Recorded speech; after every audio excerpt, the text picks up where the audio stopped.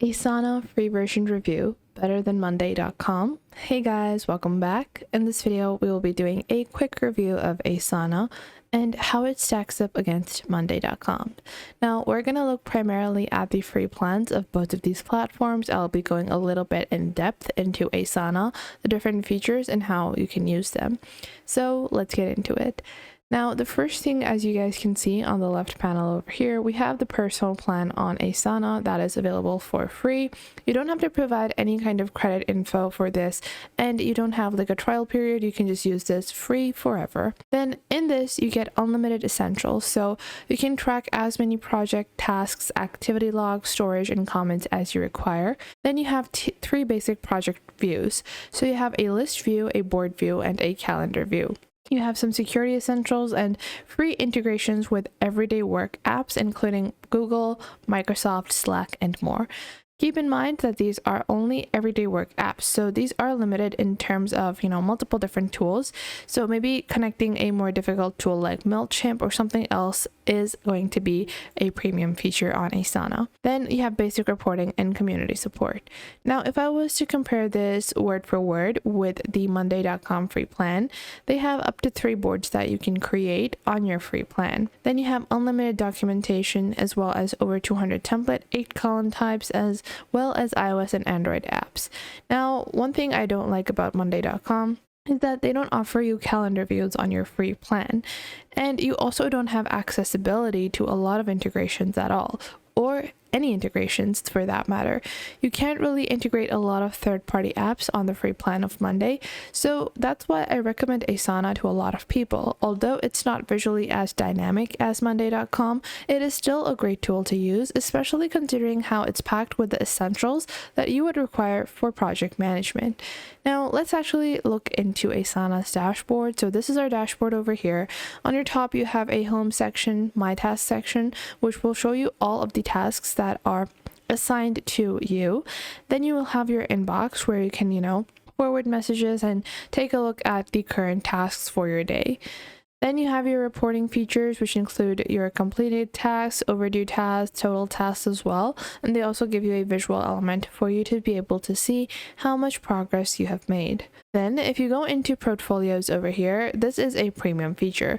Now, portfolios help you in managing workload across multiple different people. So if you're working in a team and you're working for a larger project and you want to manage your initiatives for multiple different people, it's a good option to try out portfolios on Asana. However, keep in mind this is a premium feature. Now, next up you have your goals section, which is a free to use feature, which I really love about Asana as well. It has the capabilities for you to set milestones, and those milestones will help you in achieving a specific mission. So you can add an individual goal. Let's say it's to reach 100K subs. Then you will have the owner of the goal, and then you have the time period for when you want to complete that. So let's say I want to complete it in the next time period, so for the next year. That's our goal. And then we have our privacy. If we want this to be a public goal that the entire company or people in the workspace can see, or if I want this to be a private goal, and then I can include multiple different members to this goal. Then you will have your update method if you want this to be manual or automatic. Then you will have your measurement. So let's say it's going to be measured in percentage, number, or currency. This is going to be measured in numbers, and let's say our current subs are 50K and our target value is 100K, like this. So I'm going to leave the K out, but let's say it's 50,000 like this, 50,000 like this, and 100,000. So we have 50,000 as our current value and 100K as our target value, and I can save this goal over here. Now, in this goal, you can actually create sub goals. So you can add a description about the goal as well as sub goals, and you can connect your related work. So if I have a YouTube project management board where I'm managing my YouTube content, so I can connect the relevant website or, my relevant projects to this particular goal. Then at this goal, you even have a status that you can set, and you have your account accountable team. So the accountable team for this goal is going to be the people present in this workspace. Now, after that, you can actually go into your actual project section. So let's actually build a board for our YouTube channel, let's say, for achieving this goal. So I would click on new project or portfolio, and I'll build a new project over here.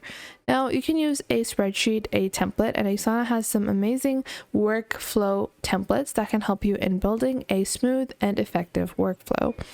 Now, going into the project section, I'm going to click on new project, and I'm going to use a blank project for this. And for this, we're going to be adding YouTube channel management like this, and then we are going to make it private to our public to our workspace, and then you have your default view. So I want a board default view, and then I'm going to click on create project over here. Now I can go back into goals, and I will go into this particular goal, and I'm going to add the related work, and this is going to be the related work.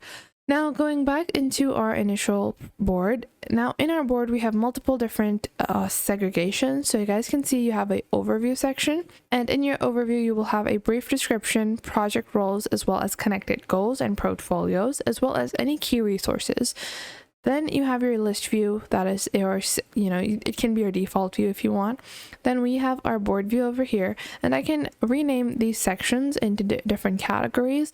So let's say this is going to be upcoming content or approved ideas, upcoming content, and then we might have, let's say this is going to be content in the making, in progress, and then let's say this is called completed content, and then let's say we have another segregation which might be completed content and then uploaded content like this.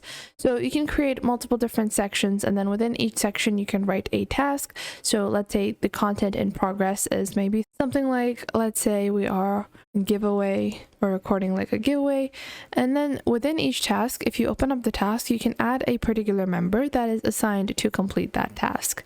You can also add a due date for that task, so by which time should that be completed. Then you will have your project as well as your project section that it is present in. Then you can also add more information about this project as well as a dependency. So a dependency is going to be an initial task that is meant to be completed before you get into completing this task. And then you have your description and comments that people can leave. So all of these features are available for free on monday.com. You don't have to pay to get a list view, a board view, or a calendar view.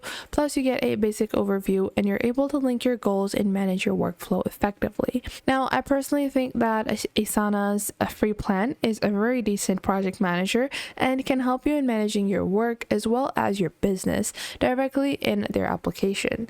So I hope you guys found this video helpful and you are now able to make a better informed decision with using monday.com. And if you found this video helpful, make sure to leave a like and subscribe to our YouTube channel. And if you have any questions or queries, leave those in the comment box down below. I would love to know what you guys have to say.